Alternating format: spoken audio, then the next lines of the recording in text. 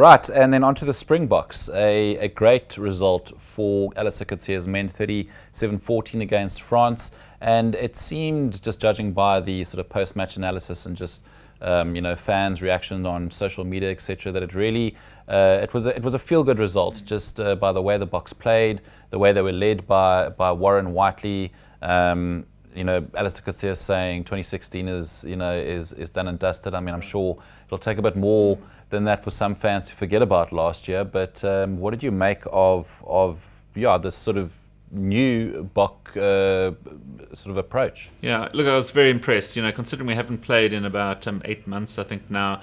The game plan that he employed for this match compared to exactly 12 months ago when he played against Ireland at Newlands. Everyone remembering Pat Lambie being knocked out in that game, going down to an Ireland team with 14 players. So fast forward 12 months, and it's all changed. Obviously, he went for a form starting 15 rather than the one with a lot of experience. So he's picked 7 out of 15 Lions players to start, for example. And obviously the Lions, the shining light for South African Super Rugby, led by Warren Whiteley. He reminds me a lot of sort of the Gary Teichmann, leads by example, fairly quiet, but a motivator of men, and these players look up to him.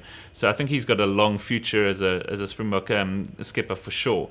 And then players that don't have any experience, when we think of like the Courtnall Scorsans and the Andries Coetzee's, the Malcolm Marks, very little experience there. They really stood up. I thought that they played fantastic games, and again, I've got long futures in their respective positions. It must be said that the French team were missing a couple of their top-ranked rated players, and they'll be back for the second test in Durban this weekend. So we might find a stronger French side, in 5 days' time. Yeah. So you can't forget about that. The French were missing a lot of players.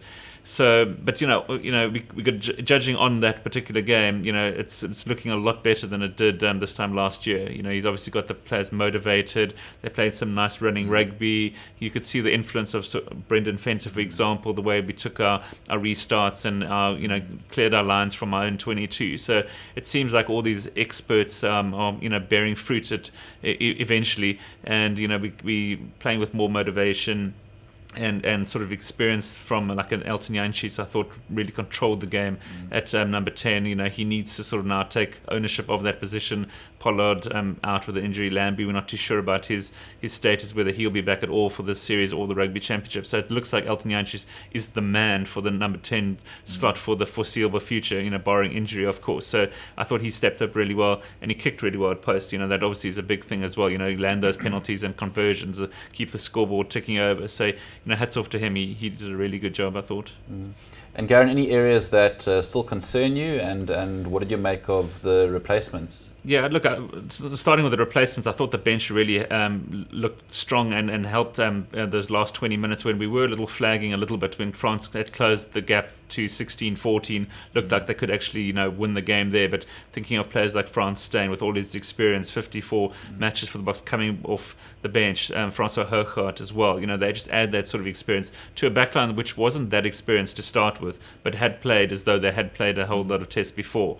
Areas of concern, still a little bit in the forwards, but didn't really dominate as much as I thought they would. The scrums were sort of 50-50 at best. France had more territory, they had more possession. Both teams missed a lot of tackles. I think the defence will certainly need some working on in the coming week, but I'm sure they will address those sort of issues as well. But I think the positives certainly outweighed the negatives, and we probably shouldn't be focusing too much on the negatives, even though there certainly were areas of concern. But it's certainly a good first step forward for the 27 edition of the Springboks, and they can only go from strength to strength from here. Suddenly the Rugby Championship doesn't look as daunting as it did a while back. Because that's all that counts really at the end of the day. Absolutely. This is sort of like a warm-up series to that Rugby Championships, where we're going to face obviously the All Blacks, the Wallabies, and Argentina. The All Blacks have got their own lines to it at the moment. That's massive for them. The Wallabies won this weekend, but they didn't look too good, and England actually beat Argentina in Argentina. So it looks like, with all things going well, the Springboks might actually be in for a decent Rugby Championships.